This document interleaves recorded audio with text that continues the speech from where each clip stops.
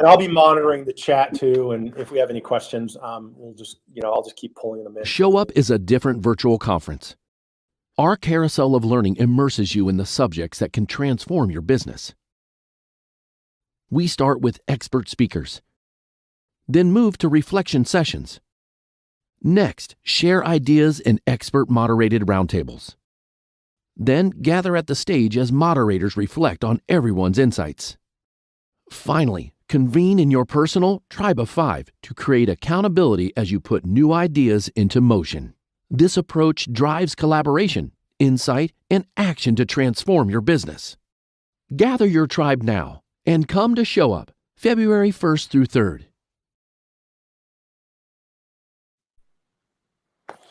We are back live with Phil Kaplan. Phil, thanks for joining, man. Pleasure, Bob. Nice to be here. So Phil is the CEO of GameWorks. Why don't you tell, for those of you that don't know, tell the audience a little bit about GameWorks. So GameWorks is a 23-year-old business that was started by some major entertainment companies in Hollywood in the late 90s. And recently, about 3 years ago, bought out by a private equity firm that brought me in to grow it under the thesis that esports is this fast emerging new wave of video game play. Now, as a business, we've always been focused on video games as a primary attraction, sometimes featuring some other attractions. In the past, that's taken the form much more of arcade than esports. But with the rise of esports as a huge theme and topic, we decided to jump both feet into it. So over the last several years, we've built out a number of esports lounges. We've formed some interesting strategic partnerships with game manufacturers and companies to put on a pretty steady state of tournaments every single week. We've launched not just in venue, but also online tournaments. And because it's the video game industry is so large, we're taking a very different approach than the arcade industry takes in terms of that we just want to be very open about what we're doing and also collaborative. And so that is, I think, part of our growth and part of our future. Yeah, fascinating. I totally forgot about the early days of SKG and GameWorks was a Spielberg, Katzenberg, Geffen business. I forgot that's where it came from. Like, it's been so long ago. That's funny. So so talk about what, maybe we start with even with the private equity firm, because, I always say follow the money. What are the investors seeing and why was esports attractive to them? What were they, what's going on there? So, just private equity generalization. There are, you can either take a business, you can buy a business, and obviously you want to ultimately exit with a greater value than what you bought the business for, right?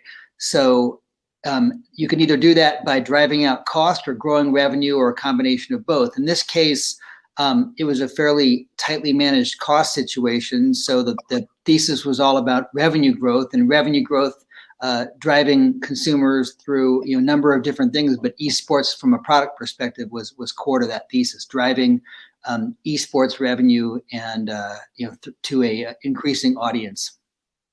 And were there early signs 3 years ago that was it like purely a thesis, or was there some practical evidence within the business that there were indicators that you were going to be able to do that? Or was it just, here's a bunch of money, go figure this out, we know it's a huge market? Yeah, so what I'll say is that GameWorks, before I ever showed up, was into esports very much from the beginning, and before it was called esports. The esports, I'll step back and say, is a term that, to me, esports means competitive video game play. So there was competitive video game play back in the days of Pong and Atari 2600 too. But now it's become formalized with teams and leagues from everything from amateurs to professionals, to young kids to 20-somethings that are working for the best microsecond reflex on games. So our thesis on esports, or was that the company is in it already. It's a growing category. So we're endemic. We're perceived as being an authentic player in the category because we've been in it from the beginning. So therefore, we have a better chance to grow it. And we can also do it in a way that stays authentic to the GameWorks brand, meaning a GameWorks brand being all about video gameplay, fun, and excitement around that. Cool. So talk a little bit about how you're implementing it. So you've got, I know I've been to a few of your facilities, and you've got a traditional, what most people would consider a traditional like restaurant, arcade, FEC. How does esports play into it, bolt onto it, integrate to it? And esports being, and what is esports to you? I guess I should start there. What does it mean to you? And then how is it integrating with the FEC? So esports, I guess I'll talk about the format that we have in our stores for esports in our physical venues. So we built esports lounges in every GameWorks location.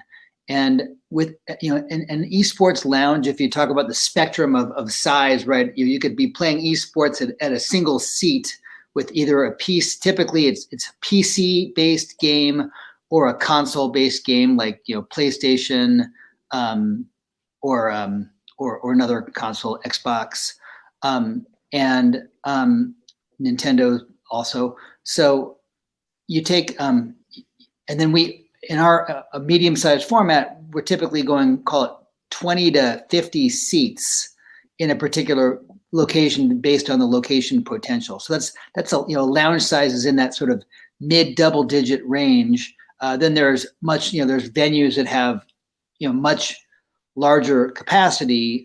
Those are typically for more kind of steady competition and and not daily use. So we feel like we're a right size for a everyday play kind of a situation.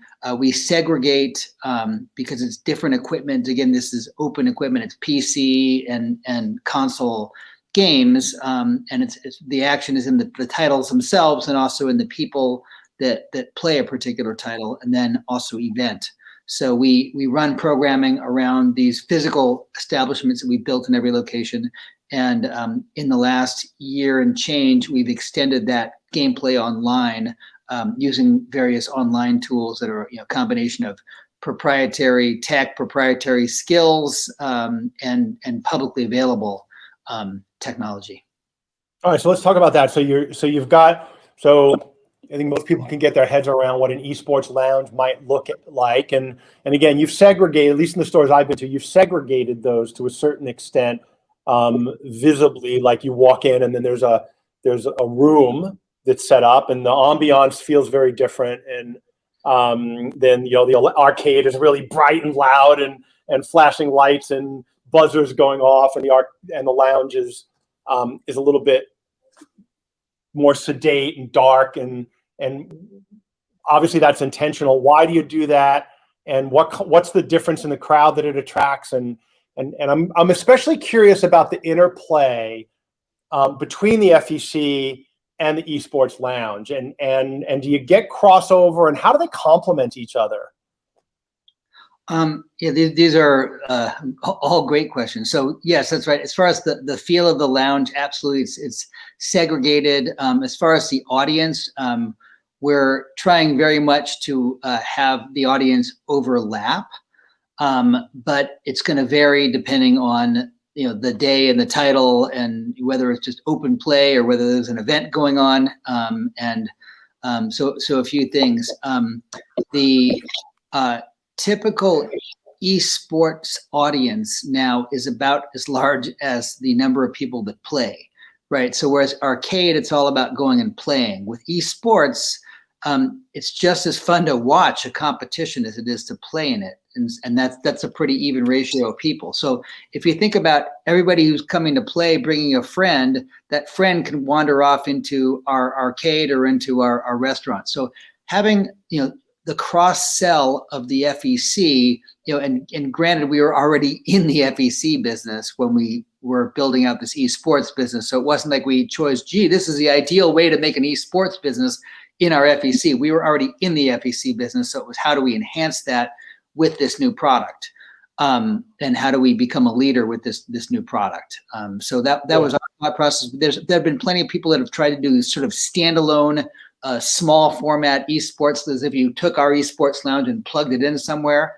And some of those business models have been successful. Again, personally, I think it's more interesting when you have the combination of the gameplay, the larger venue with the longer dwell time. Yeah, interesting. So you talked about watching and playing, and how do you leverage that dynamic, and probably worth talking about the offline, the offline piece too, or the online piece where you're actually now sponsoring and running tournaments online. And so talk a little bit about the watching audience, and how does that, how have you integrated that, and how does that help your core business by building this online audience? So when I say watch could be online, that's true, but watch could also be in venue. So our DNA was all about driving the in-person. This is pre-COVID, of course, driving the in-person experience. And so we were very much around bring people in, bring that watch audience in, and then they wander off and play other things, do other attractions within the venue, go grab a meal, grab a cocktail or non-alcoholic beverage, and then we also have service coming into the esports lounges as well for refreshment. So there's a cross-sell effort. We track the cross-sell, we drive the cross-sell, and that was fundamental to getting, just given our business model, it was fundamental to getting the maximum value out of the investment in our esports lounges. Yeah. So, and the other thing you've mentioned, and we're going to get into like core competencies and what does somebody need to be able to do this, because there's a lot of factors in the esports business that require. We chatted about this earlier before the event about core competencies, but events. So you talk about, you run a lot of events. What types of events are you running, and how are you seeing those impact traffic, revenue, audience, all those things? So we run typically tournaments and competitions, and we run 3 tiers. So we run, at the highest level, we'll run a national event that could have an online component, an in-venue component, and then run over a number of weekends where you have an elimination bracket down to a final, which could be maybe fly people into a location, that sort of thing. So there's a buildup to a finals in a larger event. On kind of a regular nightly or weekly basis, we'll run events around certain titles. So for example, Tuesday nights we're running the Fighting GameWorks every Tuesday. We're running now a series. It's sort of a one-time series called the Safari, and then we also allow for localization. Gameplay is not the same universally. So because regional tastes vary, we allow our local teams to put on events on certain nights of the week. So what we accomplish from a business perspective is bringing audience and bringing people on nights where you may or may not have the crowd that you'd have on a Friday or Saturday night. We're all busy. Well, again, COVID aside, we're all busy on Friday, Saturday nights, right? Yeah, and so you talk about local events. So do you let teams self-organize their own events? Is that what you mean by that? So we have there's a level of expertise and enthusiasm in our esports lounges where we staff appropriately to the category. So, just as if you're a serious runner, you want to go into the running store where the people know what shoes are which and they're kind of shoe geeks. We want to have the authentic people in the esports lounge that play video games themselves and compete, and so they tend to want to put on whatever it is that they know and play. And again, titles vary across a lot of genres: racing games, fighting games, first-person shooter games, team shooter, capture the flags. There's so many. The Unlimited, the crazy raccoon with the soccer ball, right? Rocket League. So there's so many different titles, and unlimited creativity, and we're going to do. We will offer what is popular over and evolve it slowly over time with our audience. And so, but within a certain community. So let's talk about like how you run one of these, the esport lounges from an operational standpoint. Do you have different employees that are kind of involved in that side of the business at a local level? What's the management structure look like, and what are their roles in running this? Because it really is a very different. It's an event-based business, right? I mean, so now you're talking about almost running a small event center. Yeah, so we could have an event going on, or we could not have an event going on, depending on when you come in. Obviously, we intentionally program events, and just when you figure it out, it changes. So you have to be very creative in programming to that. So that's a lot of when our choice of investing in personnel at our headquarters level, that our product team that runs esports for us. But down to the brass tacks venue level, look, if you run a VR attraction, you need to have people that will wipe the headset for the next customer and give some instructions. With esports, you need somebody that can turn on the equipment, make sure that the headset's plugged in. If there's a problem, they pull the keyboard out, they can come over and plug it back in. Turn on the bandwidth, turn off the bandwidth. Right? Since we're a business that's in addition to entertaining people, we actually want to make money doing it. So turning on the timers that clock how many hours or how long the guest is playing is important too. So that kind of gets to the core of it. So because ultimately you're talking about timers, which means that you're, a cynic, which I've been called, would say you're basically renting computers by the minute, and clearly that's by itself not a viable business. There's got to be more to it than that. And so there's questions coming in already from per caps from esports and revenue breakdowns of parties versus events versus walk-in business, like the economic model beyond the renting by the minute basis. How does that work? How does it accrete to the overall business, I guess? So right. I mean, is that a word? I think I just made that word up. Sorry. I think it's accrue. I think accrete is great. It's a great word.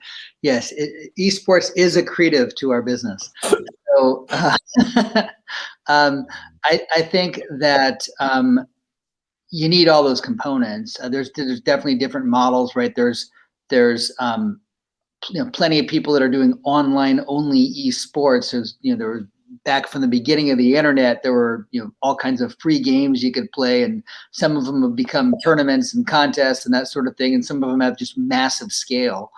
But if you want to take it down to the level of an FEC operator that's running a physical lounge, right? We've chosen in our business to run that slate of tournaments that drives the in-person, and we're building, because we have the benefit of a good venue business.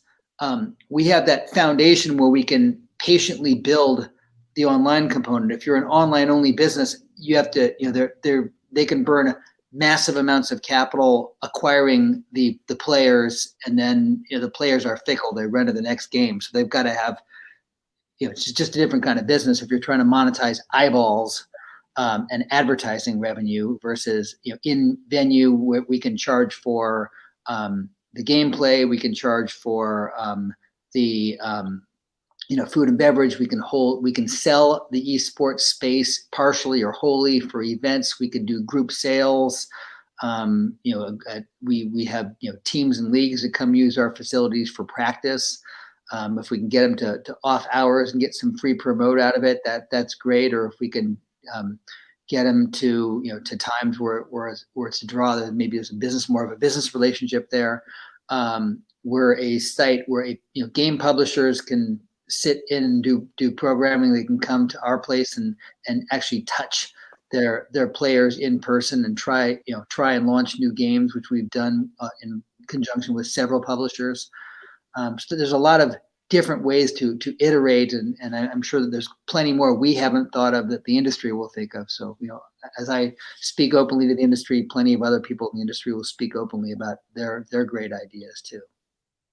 Yeah, the influencer thing and the event-based thing is really interesting, and you talk about um, getting some word of mouth out there. It's not the word you use, but I think what you were alluding to is teams coming in for practice sessions, and then we mentioned live streaming, in the earlier panel, and I know you guys are enabling streaming from your venues, and so talk a little bit about how streaming fits into the model, and how is it attractive to gamers, and are they coming in and streaming to their audiences or to your audience, and how's the streaming part of the puzzle fit in? Yeah, look, I mean, these there's an unlimited number of channels on these non-linear broadcast platforms like Twitch and YouTube, and two of the more popular ones is the Mixer. There's a number of different platforms where people stream, and then a lot of the teams maybe host their own because they're driving their own web traffic. So where we fit in is we're an enabling platform for that. So yes, we will stream our own tournaments. It's somewhat to support our players because we're not really in the business of trying to build a huge global audience to monetize at this point. But we have excellent equipment. It's in place at all times. You can stream from pretty much any game station. Many players, whether it's an 11-year-old kid who wants to come in and play, or some of these people that are aspiring to be professional streamers that are maybe late teens or early 20s, they want to be the next person that's making $500,000 a month streaming. They're constantly looking for an experience, so they come in and stream from GameWorks. We'll have great equipment for someone like that, and I think you hit on a key component. It's not about building a global audience for you at this point. It's about enabling your players to connect with their audiences within your brand, which then I assume attracts other players in their audience to come and support your brand and play from there. And can you talk about, has that been effective, and is there any way to measure that, or is it just too soon? Is it a soft metric? It's a soft metric for us because we're not, we're not trying to drive X million views or anything like some of the other players in the category, do have as core to their business model. So what I can say is there's pretty much constantly people streaming. It's usually not going to be on the GameWorks channel or the GameWorks venues channel unless it's one of our tournaments. But there's very consistently content that gets created where we're providing equipment. We've for some of our bigger events, we will bring in esports production companies to help with having sort of better the camera people to operate the camera equipment and the lighting and that sort of thing. Having announcers that are announcing the games as they're going on, so more like a professionally produced sports event than an amateur streamer narrating, here, look, I'm gonna jump over Pac-Man now. So yeah, one of the Nick Hobson's asking about, he said, his comment is many gamers are in love with their own rigs. And part of the reason that LAN centers didn't make it was when, obviously consumer gaming and PCs got better and internet got better at home, and the internet gaming exploded. I would also suspect that part of the reason LAN centers, went down was because they were renting equipment. They were in the computer rental business and probably didn't do a very good job in the community building side of this. And so how are you, the question is, is the play mainly to attract competitive gamers? How much of it is just open for regular play when they're not competing? And how do you compete with them playing at home? Like, what's the core value proposition for a gamer to play at GameWorks? Maybe we boil it down to that. Yeah, actually, that's probably a very fundamental question. So it's our belief that while yes, you can play any of these esports titles on your equipment at home if you own it, you're missing one key thing, which is socialization, right? So everybody, COVID's been obviously quite the thing for the world and for our whole industry. in terms of impact. But at the end of the day, why is everybody going to come back to our industry? Because there's nothing that beats an in-person experience with your friends, and you can't do that on your couch at home the same way, right? There's the quality of food, the beverages, the experience who do you meet randomly I was at GameWorks minding my own business playing Fortnite, and XYZ professional team or player came in and sat next to me and was playing, and I asked him for tips. So those kinds of experiences can't be had at home. There's other things we do to differentiate from the home experience, like, the just obviously the quality of the equipment, the quality of the internet connections, the vibe of the place, because there's it's almost like a nightclub experience in some of these esports lounges with the lighting and the black lights and the spotlights, the celebrity and those kinds of things. And we talked about shoutcasting too being a big part of this. Is, for those of you that don't know what that is, shoutcasting is kind of like the play-by-play announcer of esports. And I played, VR Studios, who's our sponsor. I played a game in their headquarters in Seattle back last year before, whenever I was allowed to travel.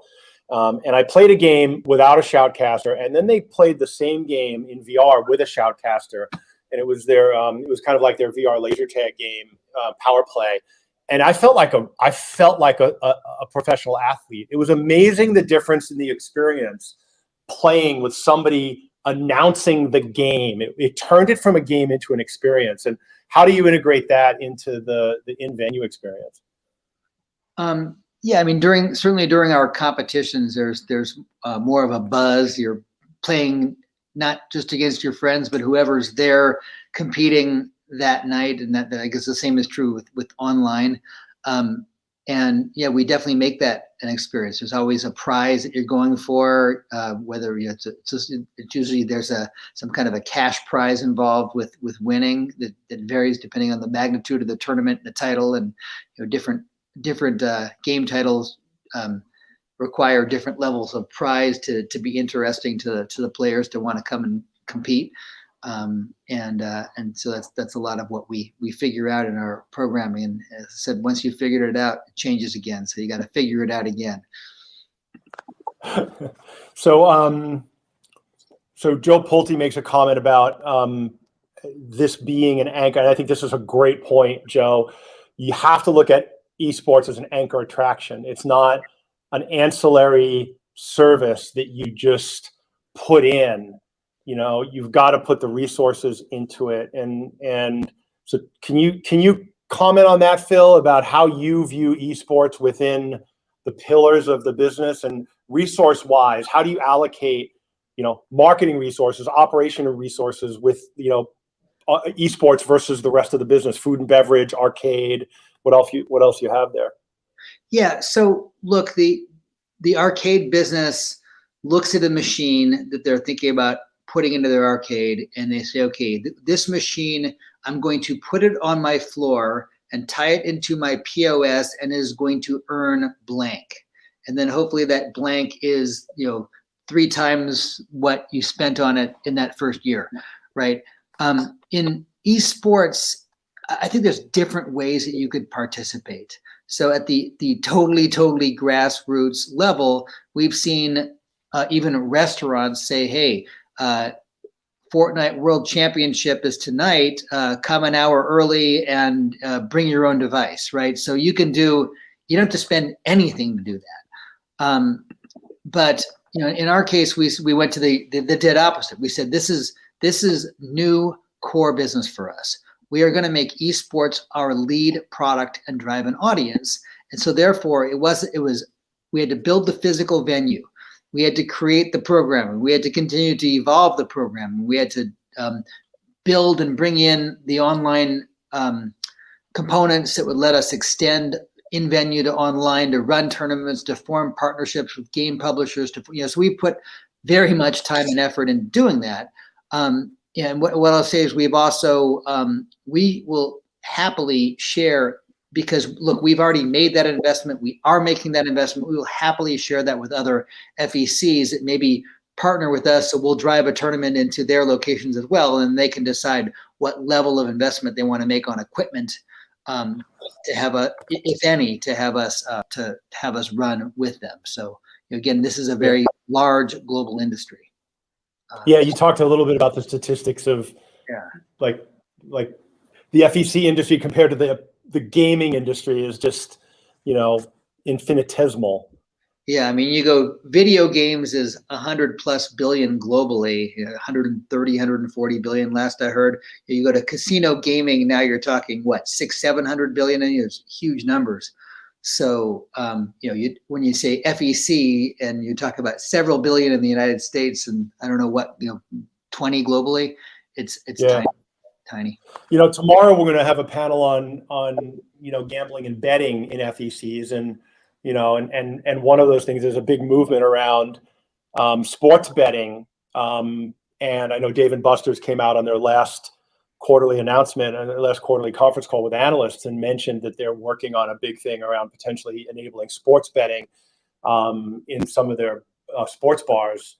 What are you seeing around the possibility, like what's happening actually, the state of the landscape around betting on esports? And do you see that, how do you see that playing into the in-venue or even off-venue esports business? So it's a great parallel to the sports betting. So obviously sports betting's been this huge national movement that there's been a lot of press about the last few years. Esports betting is well behind it for a number of reasons. But I'll tell you so first let's take regulatory. What are you allowed to do? So just like you can bet your buddy that you're going to crush them on the golf course or in a 100-yard dash, it's legal everywhere to do a skill-based head-to-head kind of a situation, which is basically what esports tournaments mostly fall under. Whether that's for a prize or something else, it's just purely betting on skill. Now, when you get to the side bet, I'm betting that player A is going to beat player B. That gets a little dicier and is only legal in some jurisdictions. And now when you talk about betting on professional teams and leagues, it is going to vary completely jurisdictionally. So there have been some trial efforts in Nevada and a few other places around specific game titles where there's a well-regulated league and team formation that is competitive and professionally run. But that's definitely an area where the esports world has some catch up to do just based on the maturity and the age of the industry versus if you compare it to sort of the traditional, football, basketball, at least the American sports world that I'm most familiar with. I guess go to soccer or championship league or something in Europe. Yeah, it's interesting. Golden Tee golf in the bar street market, was really a gambling game. Like it was off to the side. People were, betting 5s and 10s and playing skins, and not that their platform or their device was officially gambling or regulated, but people used it to just like dartboards or whatever. Do you see? Is that a component of esports? Like, do people compete on the side? Do players bet on themselves in these things? Yeah, that is huge. Whether it's in our venues or online, there's whole businesses that are based on just doing online. The casino world is crazy about iGaming right now, which basically is online gambling essentially. But there's esports specific, quite a few esports specific ones where you can put your skill up against another player in, again, whether it's sports title or shooter titles or different kinds of games and titles. I think, but certainly as the audience now for esports is larger than most traditional sports, and as that audience gets older and has more income, and the team and leagues have matured more, and some of the frankly the coverage it's in the pioneering era where they're figuring out how to make an esports broadcast interesting and attract a large audience for around specific events. It's still kind of in its infancy. As those things happen, inevitably we're going to see a lot more wagering. Yeah, interesting. And so I'm curious if you're seeing, back to the kind of streaming thing, are you seeing any metrics around viewership? Like is it still small? Because we were talking about earlier in the panel before this around, live streaming video. Like this event went live, and the percentage of people who registered that showed up was north of 80%, which you just don't normally get in virtual events. And I'm wondering, when you're live streaming, are you within for the brand, what types of, is it so? And let me frame the question. If a FEC owner was going to be like, all right, I'm going to do this, and we're going to build a room, and we're going to get some live streaming equipment, and we're going to get a shower, and all of a sudden they start streaming out there, and 5 people watch, which is what would happen on the first stream because nobody knows about it. And they're going to be like, why did I go through all of that? Like, talk about the evolution and how long it takes to build these types of audiences. Like, you've been doing it for a while, and I know some people who bought an esports terminal from a vendor and put it into an FEC, and in 30 days they declared it was a failure and ripped it out. And I'm like, I'm not sure you approached it from the right perspective. Yeah, I mean, that's right. I mean, I think thinking through the level of commitment to programming is critical, right? So even whether you believe that you have the in-house ability to execute it or not, you absolutely must have a plan around what is the programming, because it is not an if you build it, they will come. They actually won't. So it's got to be interesting with tournaments and programming or other events, video game title, come play the brand new XYZ game title.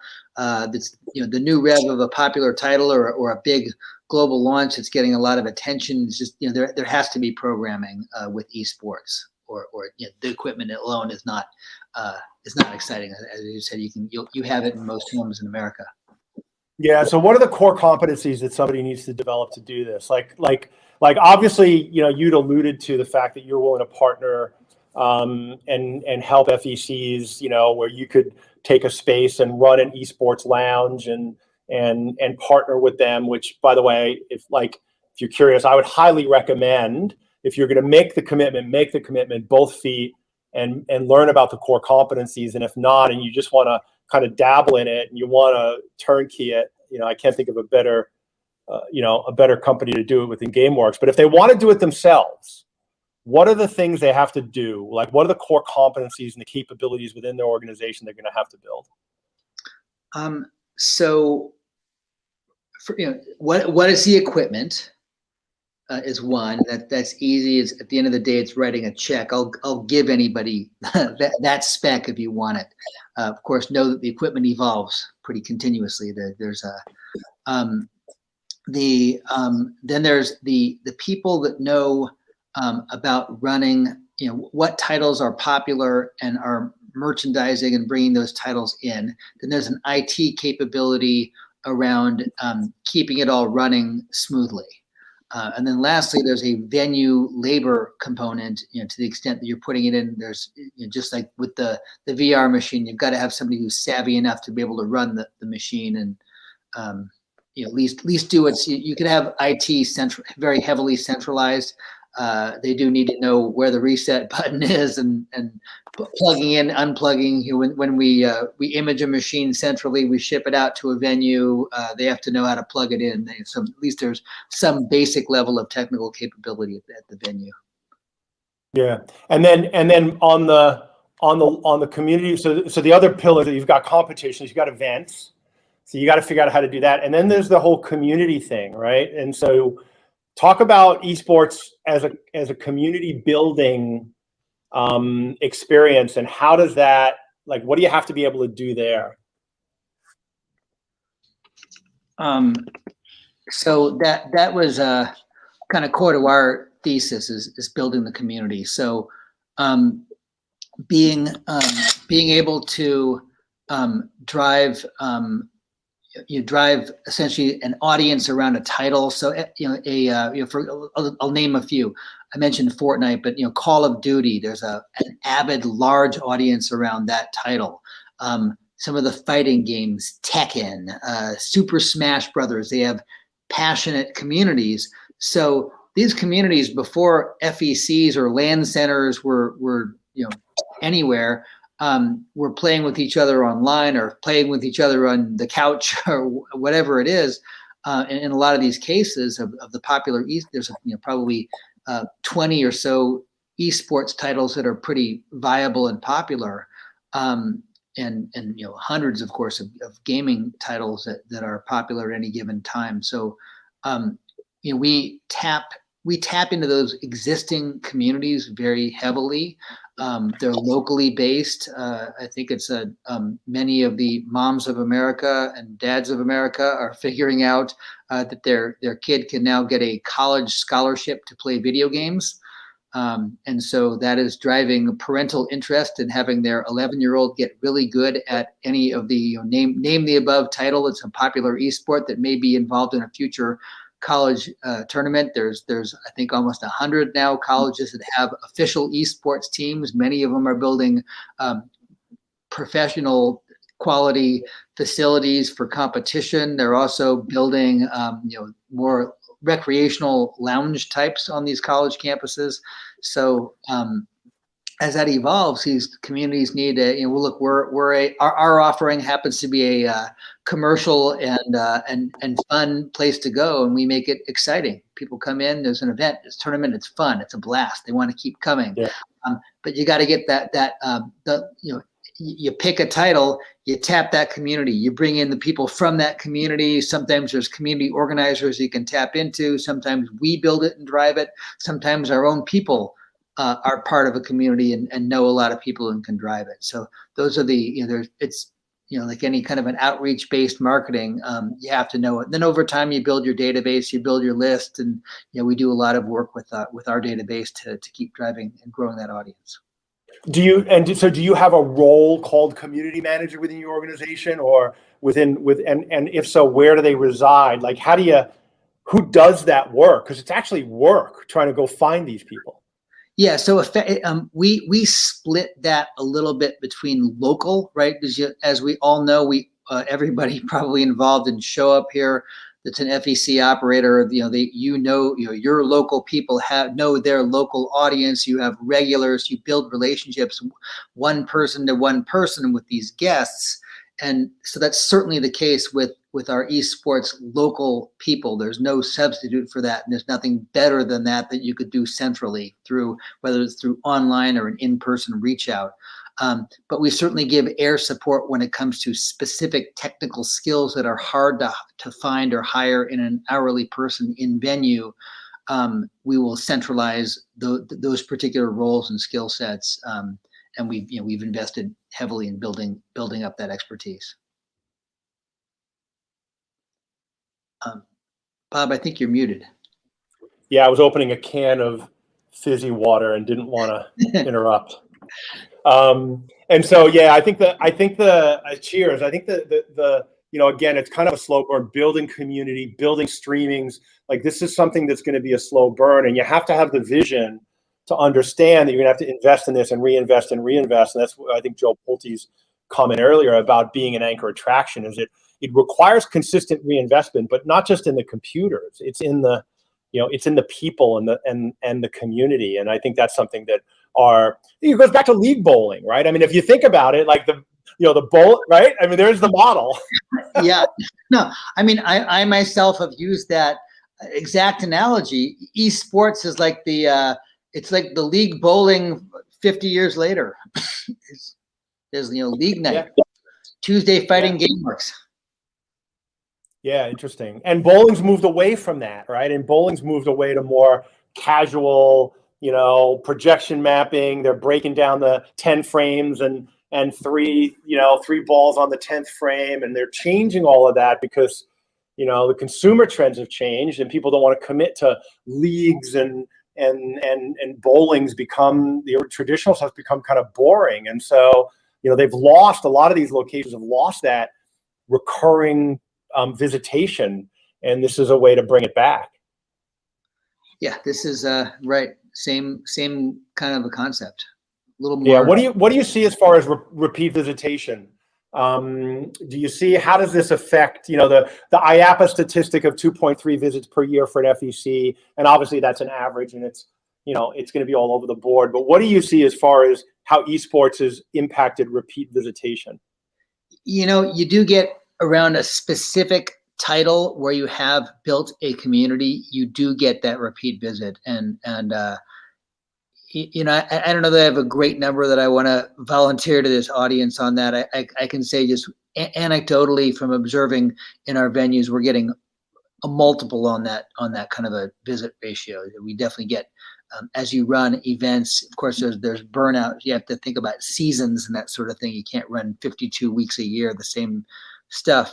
But we're definitely seeing, that is a large reason that we're running esports, and that's also kind of core to the thesis, is as you run regular events, you create a recurring revenue like phenomenon with specific people that return. And we did see, we saw, as far as I know, our same store sales gains in 2019 over 2018, and then sort of 2020 pre-COVID over 2019 were top in the industry. But based on our figuring out how to make this esports model work, amongst other things. Beautiful. Well, look, and I appreciate you, being willing to help other people figure that out, because I believe, when I put on my far range glasses, this is absolutely has to be a key for our industry for the next, over the next 5 or 10 years. And I think if you're not doing it now, if you're not starting to experiment, I said this about VR 5 years ago. If you're not putting your toe in the water of VR, you're going to be behind the curve. I was like, go get a VR headset. Like, go buy one and do it in your house. If you're not playing Fortnite on your iPad, if you're not watching some of this stuff on Twitch, if you don't have a Twitch account, like, what the hell are you doing? Like, you have to do it. You have to you got to, and it's going to be scary and it's going to be uncomfortable. You're going to be like, what the fuck are these kids doing? Right. But you have to do it. I've spent my career in technology and digital media, and what I can say is, this is a page right out of that book. Create a category, be the leader in it, and you'll have a valuable company. Yeah. So let's talk about virtual reality. Yoni has a question about, where does VR play in this? Now, you guys I know you have, you put Beat Saber in all your locations, and I sat there when I was dubious about the Beat Saber VR product. And part of my original exploration, I went to your location in Chicago, and I sat there on a Friday afternoon after the AMA Gala, and it was 3:00 in the afternoon on a Friday. There were 8 people in the location. 5 of them were playing Beat Saber, and and that, I was like, okay, that's amazing. And so, so I know you've done some VR. I think you've had some success with it, and you've got esports, and there are some companies now, VR studios. One of them, are trying to bring those together. How do you see those fitting together, or do you? Like, what's the? I don't think it's necessary that they fit together. I think that many of the top esport titles are not VR games. In fact, probably close to all of them are not. But if a VR title was popular, and then certainly for an FEC operator, a large format, expensive VR game is certainly something the consumer will not have at home. So perhaps you can give them a unique, maybe there's not a large multi-million global user base for the particular game title, but maybe you're going to take something that the consumer is familiar with. It could be an iteration on football or baseball or something, and bring them into play. So I think I wouldn't poo-poo any kind of creativity. I think that we're maybe 1 foot in VR. We certainly have used it more opportunistically than strategically. But we, as you mentioned, our success with Beat Saber, and we've had some other successful VR games. We've had some not successful VR games as well. So I just say esports and VR are independent variables and they can come together or stand on their own separate 2 feet. Yeah, I think Jan from Virtuix, they've been running VR esports tournaments now for about a year and a half, and the statistics that he shows around repeat visitation, where teams, and this is one of the questions I asked you before, is will people practice in order to come and show up and perform in a tournament, and how much will they invest in that in time, energy, and money, and how do this notion of coming to the venue and showing up, right, to win and to perform and to get the accolade, how big a part of the location-based esports experience is that? I'm gonna go get my 5th grader right now and ask him. It's there's a lot of energy into that. I will say. So look, if there's a tournament, okay, the money, the winnings maybe makes it interesting to compete, but boy, do you want to compete and look good as a competitor. And it's just like anything. If you do running races, you want to train for it and perform well. So there's absolutely all kinds of levels. Look, the professional athletes in esports practice as much as any NBA or NFL athlete. I mean, these are 8 hours a day nutrition programs. That microsecond reflex matters. The loose joints, the right equipment. I want to bring we have plenty of people that bring their own joystick that they like better to get a little bit better response versus the I went skiing in a rental pair of skis kind of versus I went skiing in my own racing skis that I'm used to and I've practiced on. So you get all types in that front, and I will say that and that's, by the way, that's a double-edged sword. If you're trying to use esports to build an audience, right? Because it can be intimidating. This is something that we often lose sight of, right? You walk into a room and everybody is so much better than you are at a game. You're going to kind of shrink back. A lot of people will be afraid to throw themselves into that mix. So, how do you manage that?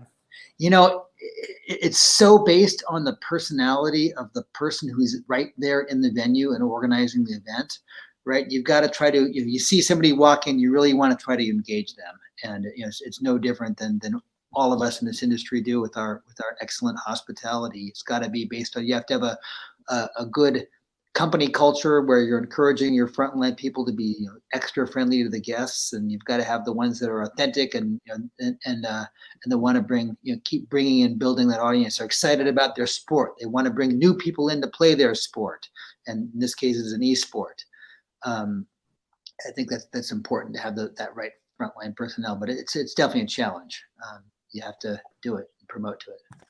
Yeah, I think one of the things that came up in the previous panel was this notion of openness and inclusion, and how some games are especially online where people are anonymous. What do you see? And there's a theory that when you bring them into venue, they're no longer anonymous, so they have to behave a little bit better, and there's maybe fewer assholes in venue than online. What have you seen there as far as like inclusion, diversity? And there's a question about male, female, like a lot of games, like they're just, competitively, there's not a lot of female gamers. And what do we do about that? I'd love your opinion on some of that stuff. I guess I'll touch on a few of those. I mean, I guess generally speaking, let's start with the age, the generation, right? So if the esports generation is millennial and Gen Z, so let's say ages 10 to 28, and of course there's younger and there's older. You'll say that that generation they're socially conscious. They're a little more native to some of the more modern concepts of diversity and inclusion than society as a whole may be at this point. So there's, generally speaking, what I see and what we see as a company is you've got a pretty inclusive group of people that play, and that the industry tries very hard to make it like that. You see all kinds of body shapes and sort of gender identities and these things, and it's like it's not said, it just kind of is. So, which to me says it's more authentic than if you're talking and jawing about it. So we see that, but definitely, like, again, it totally comes down to the personality. It just takes, what is it? One rotten apple can ruin a bunch. And so, we really try to, again, as operators and who are providing a friendly, open, warm, inviting guest experience, we're very conscientious to try to make it like that culturally at the level of the front line, because it's not the CEO is not going to be there in most cases to greet the guest. It's going to be that hourly frontline person. They're so much more important to that guest that's going to come in than I could ever be. Yeah, awesome. So so I think what we're going to do is, so just for those of you, just to talk a little bit about the carousel and what's coming. We're gonna, if you guys want to take a quick, bio break, grab a cup of tea, a beer, coffee. It's getting late in some parts of the world.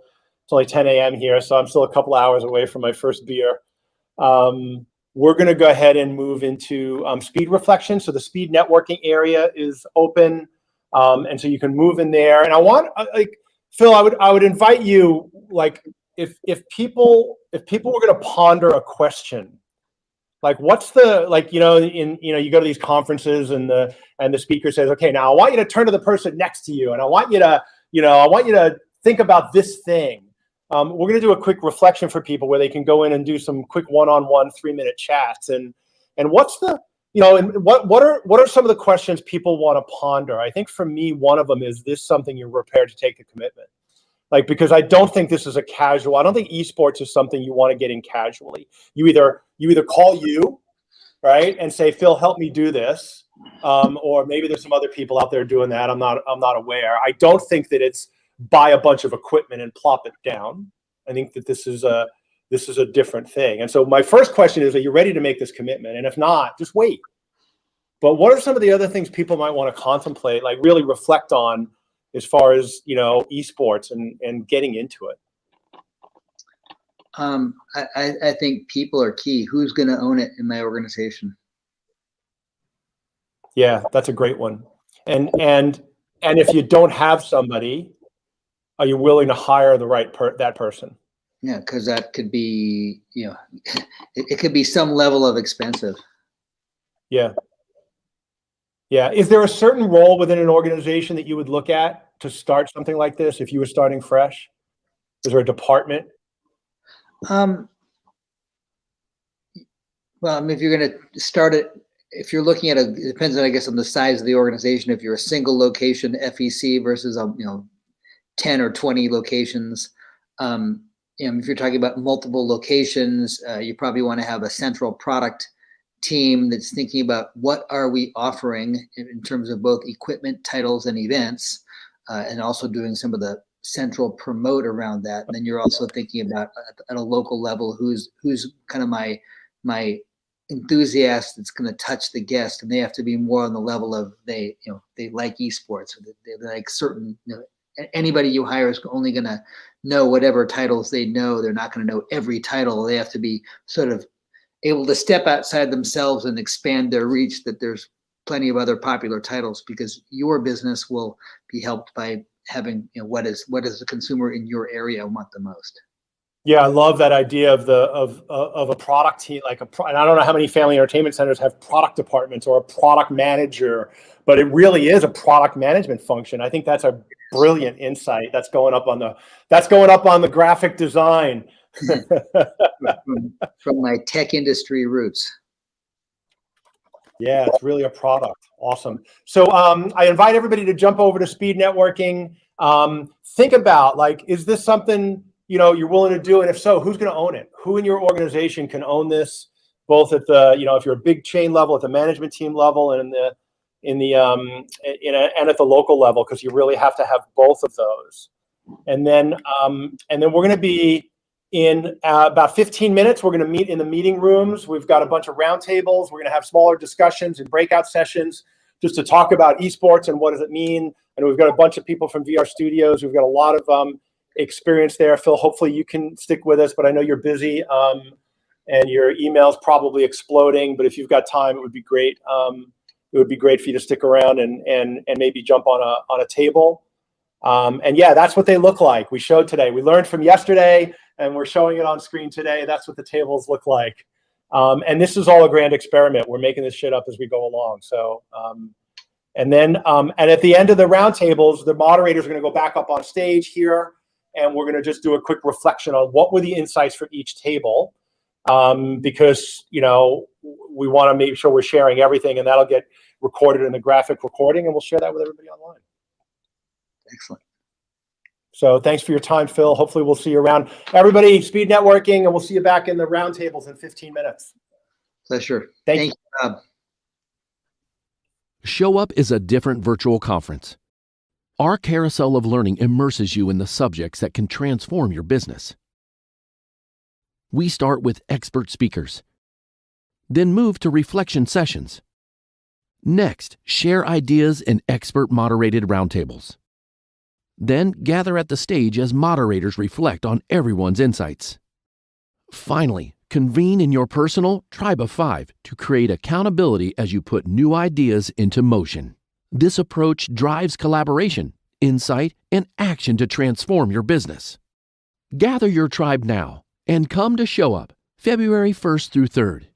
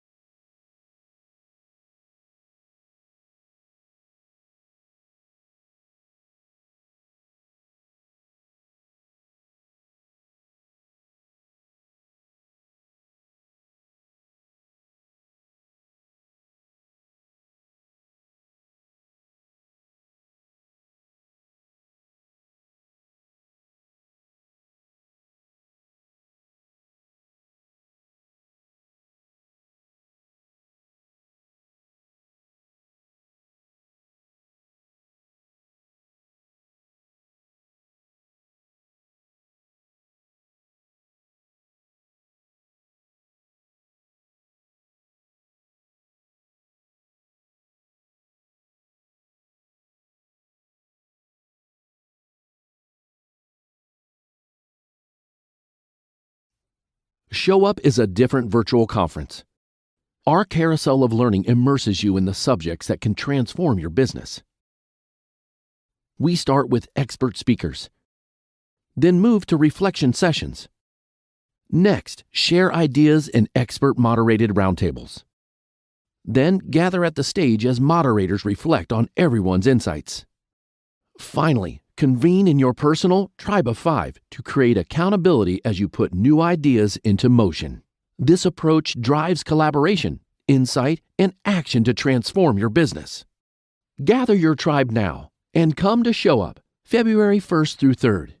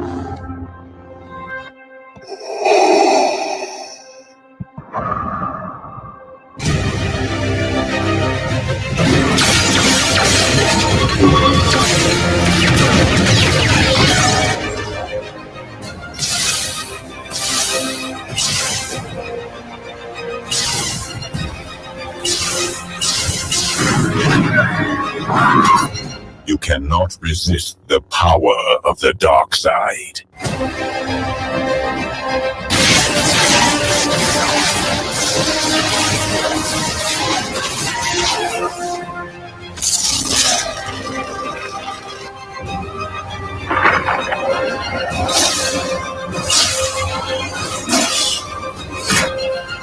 You have controlled your fear.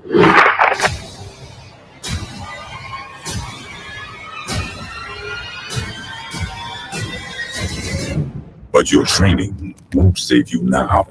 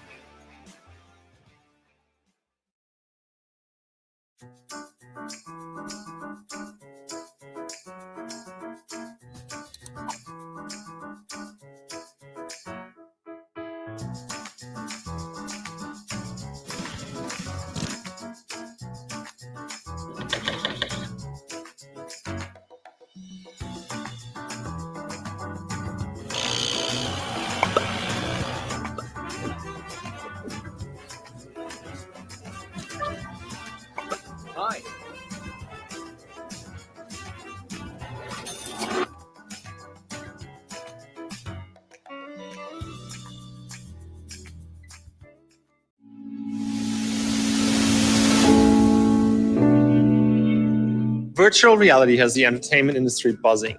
Never before has a medium literally put you inside the game and have you starring as the main hero. Here at Hologate, we create fantastical worlds that go beyond your wildest dreams and the gateways that transport you there. Our mission is to bring these gateways into every neighborhood so you, your family, and friends can visit a Hologate in your hometown, have fun together, and make memories that you can keep as lifelong souvenirs. We are super excited that our products have taken the world by storm. We have sold hundreds of systems across 6 continents, serving millions of players, making Hologate the market leader in the exploding VR industry. This scale has allowed us to grow our library with fun and original games, as well as establish partnerships with well-known brands and game developers, publishing the best content through our platforms. Hologate really has something for everyone. There's playful snowball fights, futuristic esports, high-energy dance-offs, though my personal favorite, Angry Birds with the pranking piggies. Oh, and you have to check out the hilarious freakouts on Zombie when the players get a little too up close and personal with the high-tech zombies. So yeah, we have something for everyone, for all ages and all skill levels. All of our VR games are easy to learn and difficult to master. Even first-time VR users are amazed how quickly they pick it up.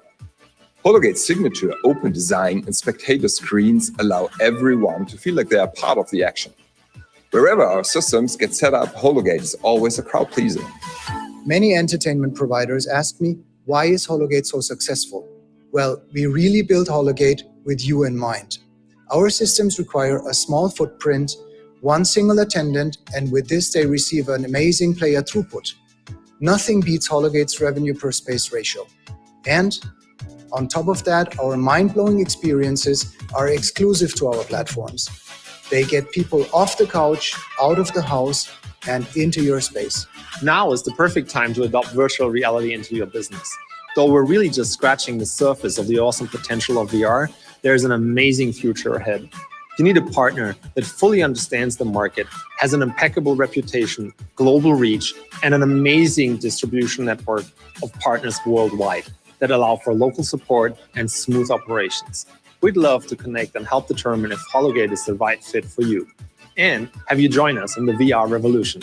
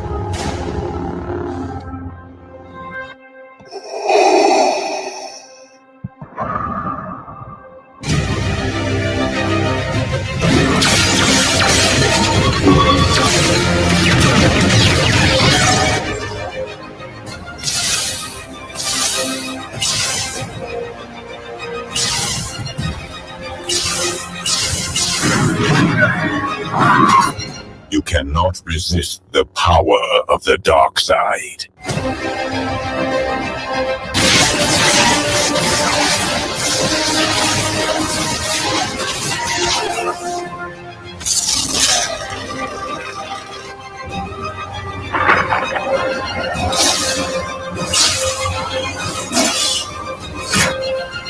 You have controlled your fear.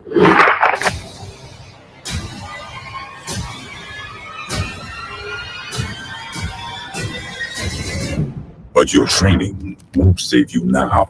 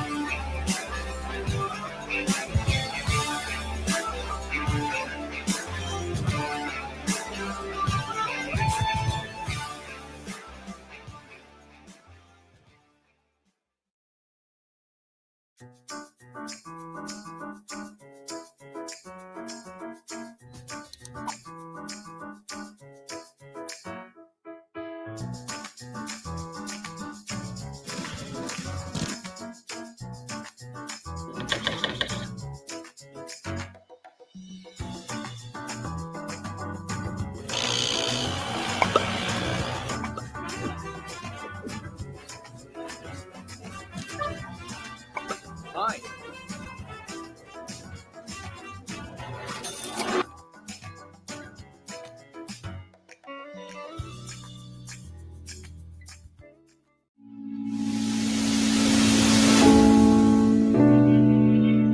Virtual reality has the entertainment industry buzzing.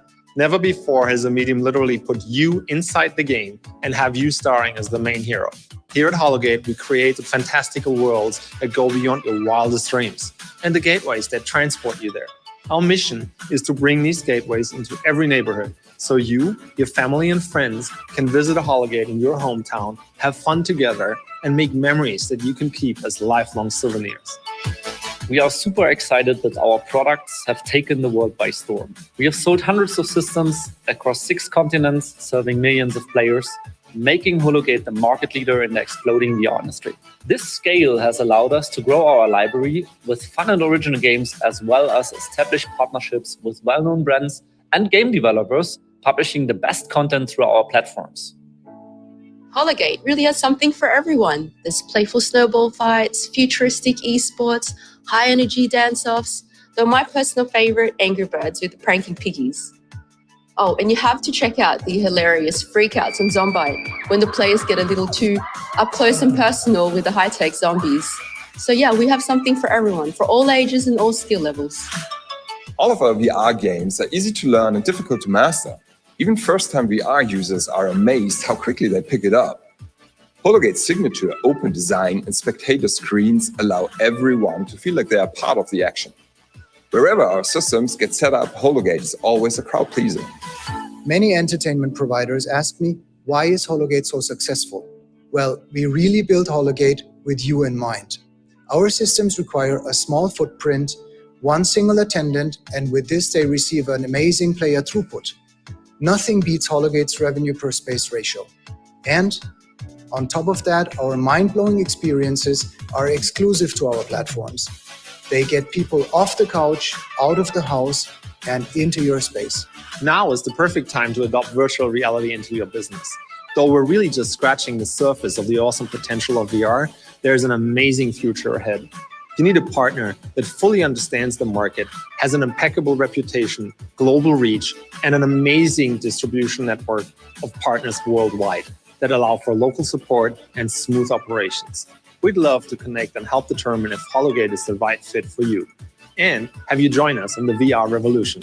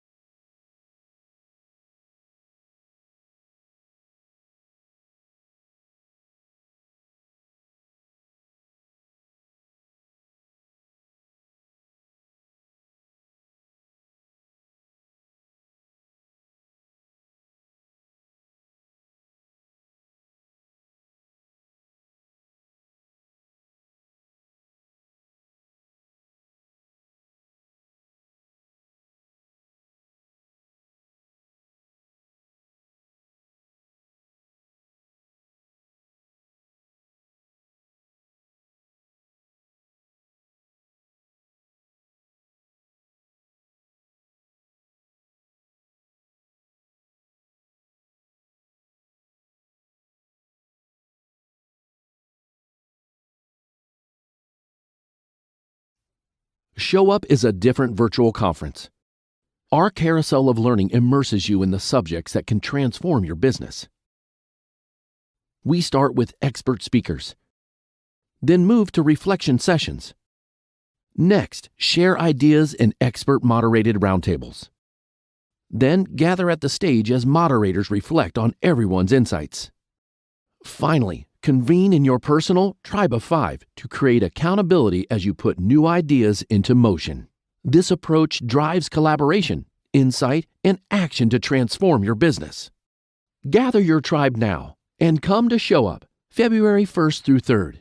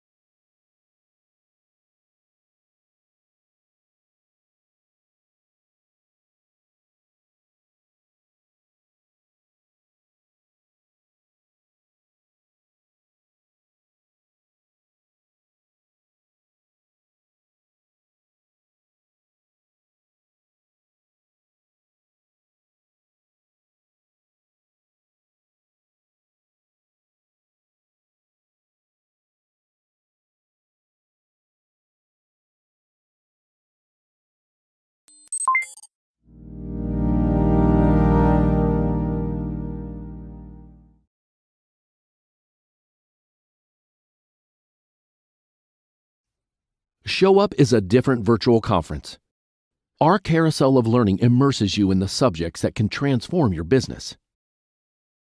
We start with expert speakers, then move to reflection sessions. Next, share ideas in expert moderated roundtables. Then gather at the stage as moderators reflect on everyone's insights. Finally, convene in your personal tribe of 5 to create accountability as you put new ideas into motion. This approach drives collaboration, insight, and action to transform your business.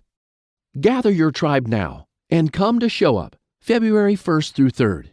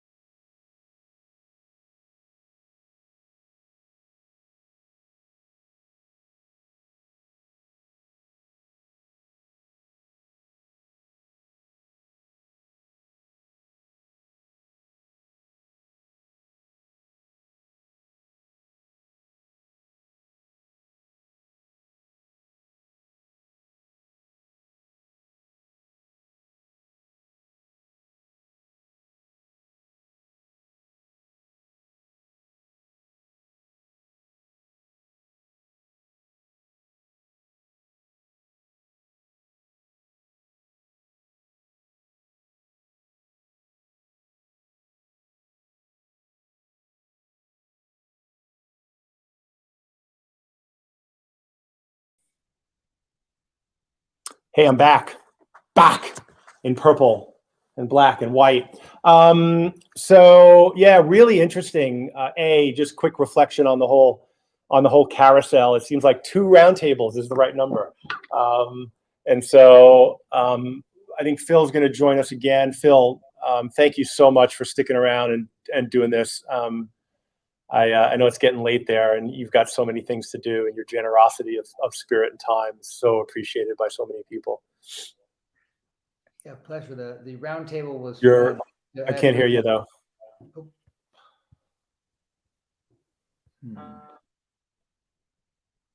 Yeah, you're muted in. Looks like you're muted in StreamYard. Evo, can you help with that? I'm going to keep chatting. I think. Yeah, maybe it's me. It could be me. I might have muted the stream because I had it open. It was me. I'm still learning how to use this shit. It's the host has unmuted my mic. Okay, all right. Yeah, I saw the mute anyway. Sorry about that. I have to admit, like I couldn't quite figure out how to log into the table for a second. So there was all these people queued up, and they're talking. They could all hear me talking, and I had to hit each of the little pluses to get to the table. But we're pioneering. You are pioneering a new form of meeting that saves a lot of airplane flights. It does, and yeah, it's interesting, and we're going to keep experimenting with it and eventually figure it out, because I think one of the big insights, so this is a reflection, and I think one of the big insights, it was the last one that Eldad made from VeloMotion. He said, he's like, they've just hired somebody even during the pandemic at their company to try to figure out this competition thing, but he said we all need to come together as an industry and figure this out. And I heard there's an adage of measure twice, cut once in carpentry. And we don't necessarily want to just all run out and build a bunch of esports arenas and stuff. What we need to do is come together and share this information. And I think this is just the very first. This conference, this meeting thing, is just the first step in that. And if you're serious about it, bring in a professional who's done it, whether that's GameWorks or there might be some other organizations, but if you want to do this today and you want to be on the front foot and you want to be out in front of it, find somebody that you can work with that has the experience. Otherwise, we're just all going to have to continue to learn from people like Phil. So that was, to me, one of the big insights.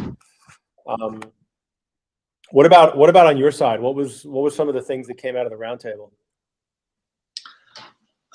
We were talking about some very brass tacks operator issues, and what I will say, I was talking mostly with you before about the specific things to esports, but for esports, anything that involves getting the people back in, you've got to make the consumer comfortable that they're not going to come in now and get a virus, right? It's just some really basic COVID considerations. And then, the staff, how much of your staff did you keep if you're reopening, right?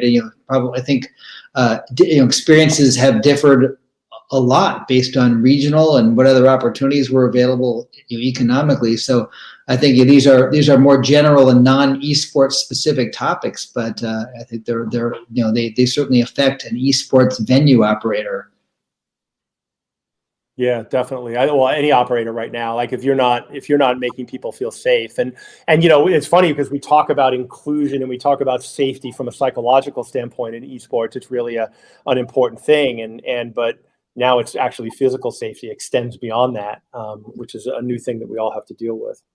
Yeah, and we're all, look, everyone here is a business person. We want to welcome, as many, I guess, call it polite paying customers as we can into our venues, and we're not politicians. But it was also, I think it was interesting. There was a gentleman, Joe Pulte from Florida, and on my table, he was saying, gee, Florida, the business is roaring. We just, it's booming. And I've heard that from other operators there in the Southeast as well. Well, guess what? West Coast has been very shut down. So, you've got, a big range, and this is, I'm sure, globally true as well, depending on how your government and your media, people that are opinion influencers in society at large influence your guest base, as opposed to how quickly are things going to come back, and that may dictate operator actions in terms of how you make them comfortable that you specifically are a good place to go to, versus other opportunities to spend your time and money.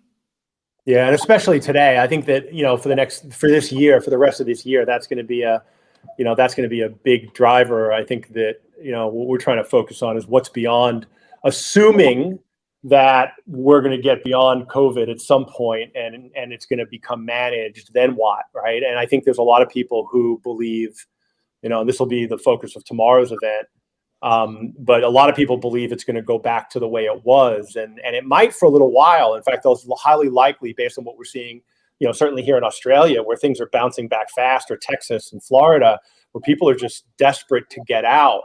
You're going to get that, but I question whether that's going to last a year, 2 years, 3 years, as these new consumer trends continue to pick up steam and have the ones that were accelerated.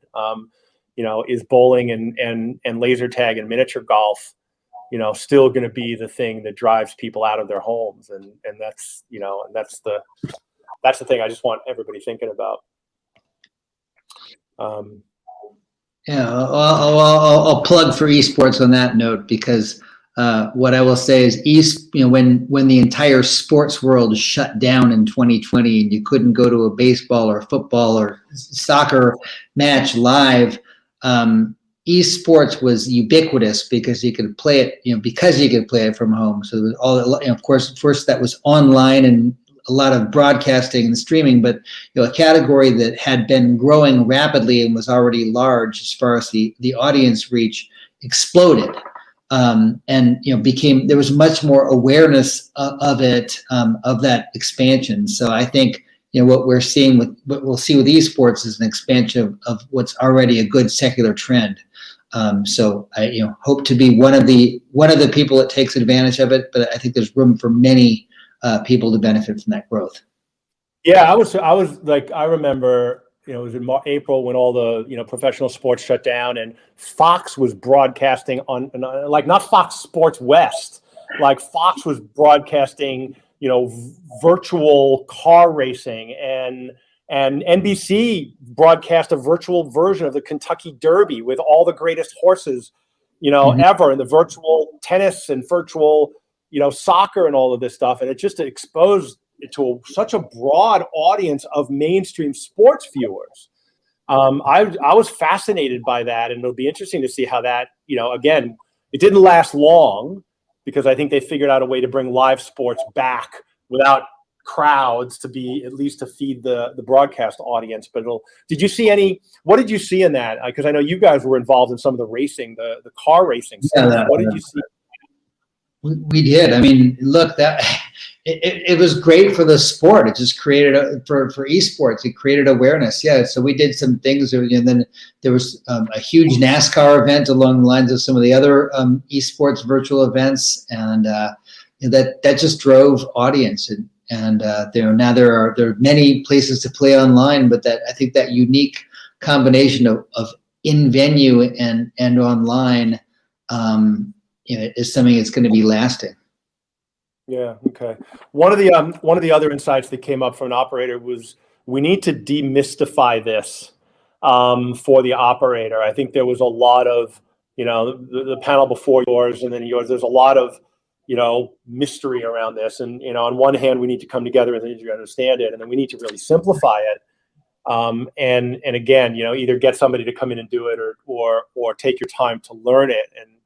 And part of that demystification, it was interesting in the panel, there was a little momentary debate about whether it should be competitive. And I think the one thing we can all agree on is esports is competitive video gaming. It is by definition competitive. Yes. Yes. And so how do you boil it just down to that? If we just strip it down, and I think, the one that came up was, you need three things. You need competition, number one, and then there's community and events. Like, that feels like the three pillars of, an esports business. And then within each game, there's probably different ones, but without the competition, it all falls apart. So how do you just start running competitions? And you mentioned Tekken and Mortal Kombat, and I didn't circle back to it. Do you run like classic arcade game tournaments, and how do those go? Yeah. So, well, look, I mean, you really actually could bring competition into your arcade on titles like that, but typically we're talking about playing those games on a console, like a Sony PlayStation or a Nintendo Switch or something, and so the players will, if let's say if you have a bracket of 32 one evening, you're playing head to head, and then it's a single or double elimination. So someone's got to run the bracket in your esports lounge, and there are now plenty of softwares that will let you run a bracket and things like that. So it brings the competition into to a one-on-one title that can be done in a couch in your esports lounge. Yeah, cool. Yoni, thanks for jumping in. Yeah, and in the boneyard. Yeah. And so, I think, there was a lot of discussion around VR and VR and sports and esports. And, I just mentioned the need to demystify that. What's, after listening to all of this today, what's one of your big takeaways? I think the demystification is the key point, and to not look at the giant behemoth and complex framework and infrastructure and brand relationship and sponsor relationships that we understand as esports today, and to really understand that FEC operators have an opportunity to start and take baby steps and start to engage with a hyper-local community in a variety of ways, both through sponsorship with adjacent businesses, and really connect with, do the legwork. And I know it may seem like something we don't know how to do yet, but I think small amounts of efforts will yield a lot of dividends, and that is particularly in the quality of retention and recurring visits, meaning that if we can engage and create a community of players that come from youth organizations, where we meet the player and their sort of journey from casual play towards the dream professional play, there are lots of places we can connect with people who live near our FECs and our communities in our cities that are looking to engage in a more meaningful way. So I think the big takeaway or the big insight was it's not rocket science. There are organizations and people that own different parts of those ecosystems now that you can connect with that can help you get on your way.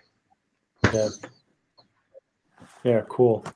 So what else was going on at your table besides the needing people to be safe, and even on the operations side, what was the conversation? Besides the regional varieties, we talked about different varieties of formats of esports, physical setups, because it really can, other than that, you have to have you have to have a title, and you have to have a device to play on, whether it's a console or PC. That can come in a lot of different forms, and the limit is the human imagination, right? So you can how you do it. So I think there was a fellow who was talking about, actually two of the operators in the meeting were talking about educational aspects to esports, because once you're talking about it, sports is very heavily PC based, right? So why not have crossover into schools and learning? It's the same equipment, and some of the titles are educational. Yeah, that lines really well with some of the stuff we were talking about. If we take technology out of it for a second and we think of a sport, starting with casual play and just, I'm going to hang out with my friends and learn to play something, to organized play, we're going to go together to a field and bring our stick ball, all the way to like a kind of framework organized play where a high school, church league, or place, and ultimately college creates an organization to play. And then, of course, all the way to pro play.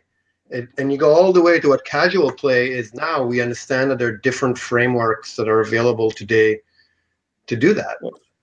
And I think that's a wonderful metaphor. Like, if you think about, youth sports, and Scott from Bravis was talking about, he and I are both Little League coaches, right? So we use that metaphor. You've got the stick and ball, and you've got the major leagues, and then you've got all of these other places where you can play. And so now you've got college esports teams, and you have high school esports teams, but where's the local little league? Who's the little league? Who's the ball field? And I don't mean in an age standpoint, but I mean in a skill and an entry level standpoint. And can the FEC become the little league fields of esports, where people start and they get their first taste of competition in a venue?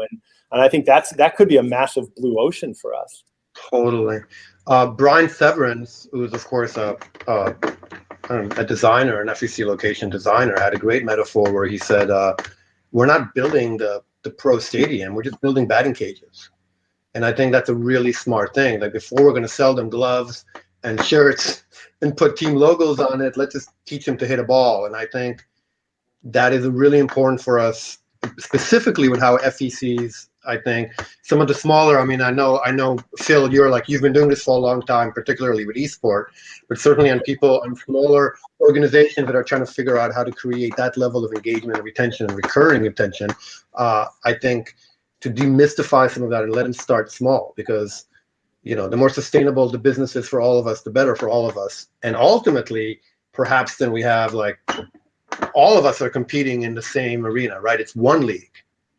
Yeah, I mean, I like that, Yoni. I mean, that's I think a really key insight. Sometimes the simplest ideas are the best ideas, and rather than make it super complicated and not user friendly, there are easy ways to participate in esports. From you buy a game or a device which has it built in and externally managed, or you say guests bring in your own device, or you bring in someone like us or some other operator to run it for you, outsourced. You don't have to do it all or know it all.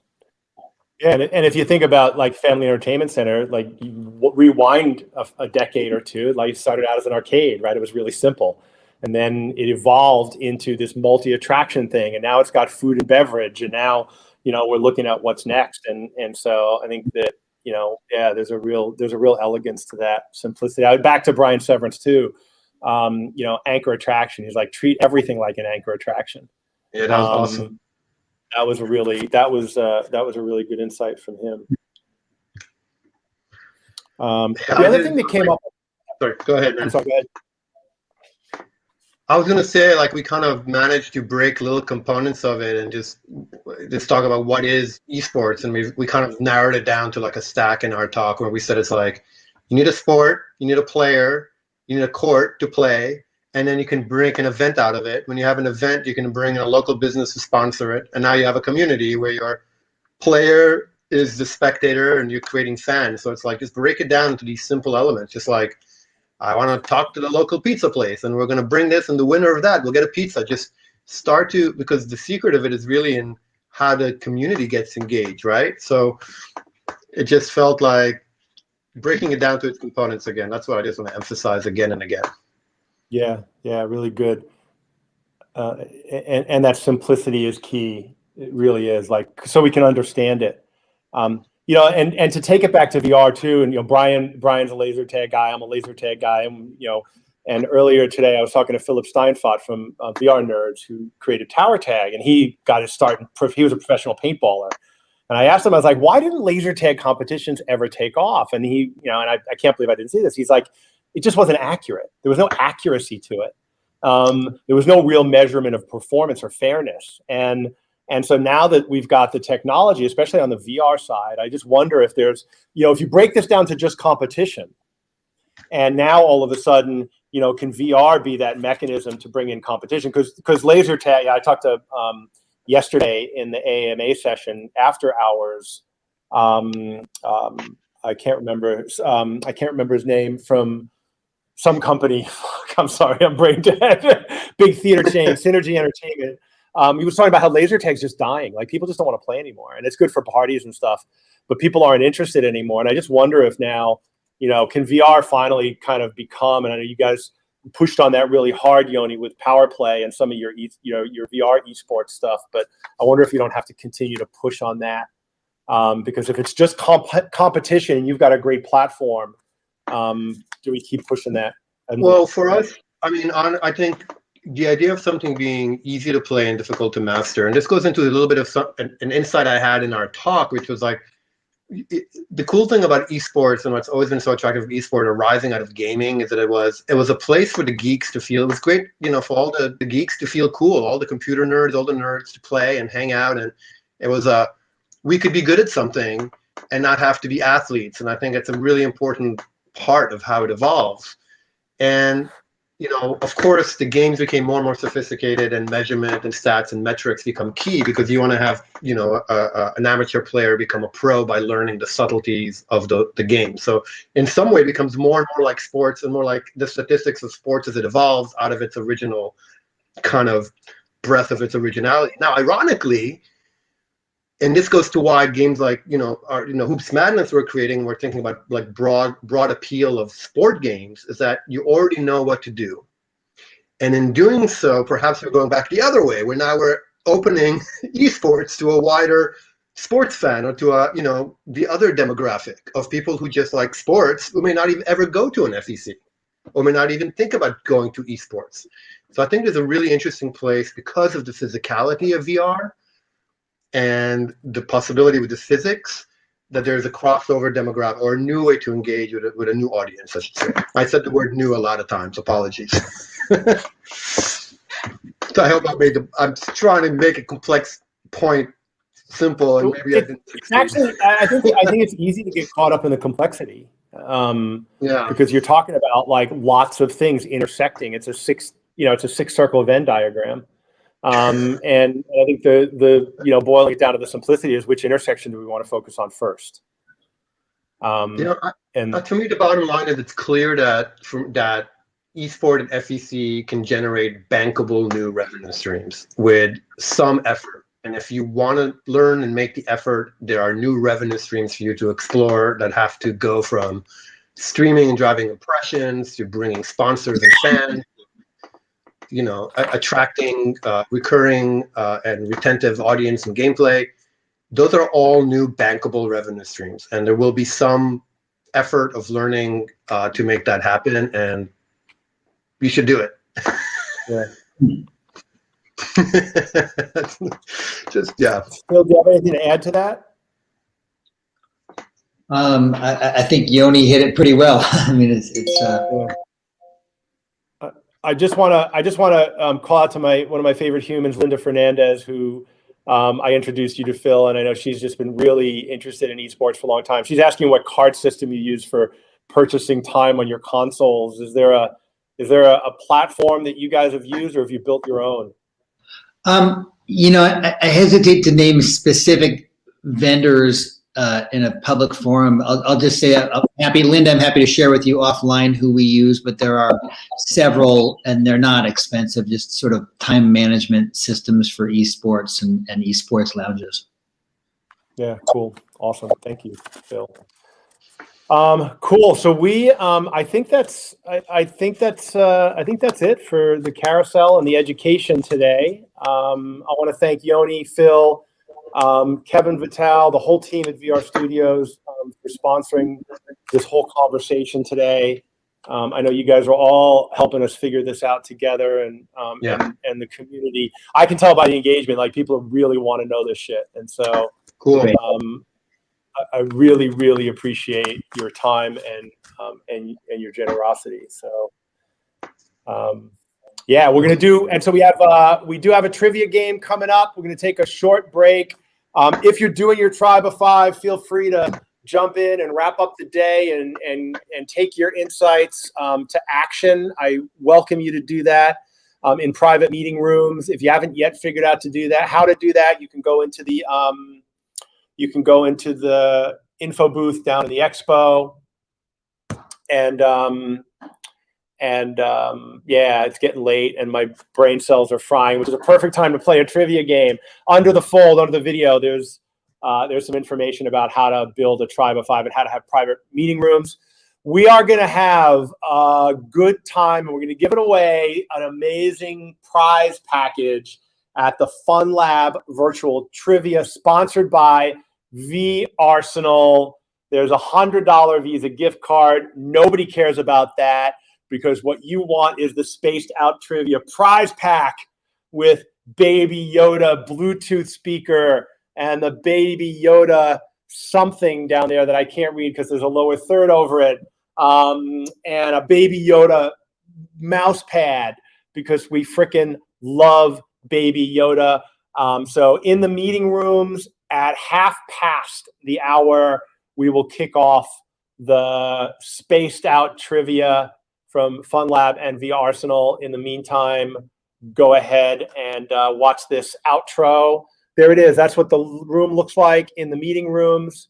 We'll take you out with V Arsenal's virtual hoops basketball game, and we will see you in 30, hopefully, and we'll I want that prize. I'm trying to decide if I should make myself eligible or not. I think I've seen the question, so I probably have to say no. So enjoy the break, and hopefully we'll see some of you in trivia. And then if not, back here tomorrow for the transformation economy. Joe Pine heading up our Carousel. Amazing, amazing, amazing group of speakers. Meow Wolf, Area 15, oh my God, Gameco, Creative Works is running sessions, Peer Talk from Beth Stanley, Trainertainment. We've got the whole panel on diversity and another perspective about being Black in location-based entertainment industry, on and on and on. So check out the agenda. We'll see you in a half an hour. I love you all. Thank you for being here.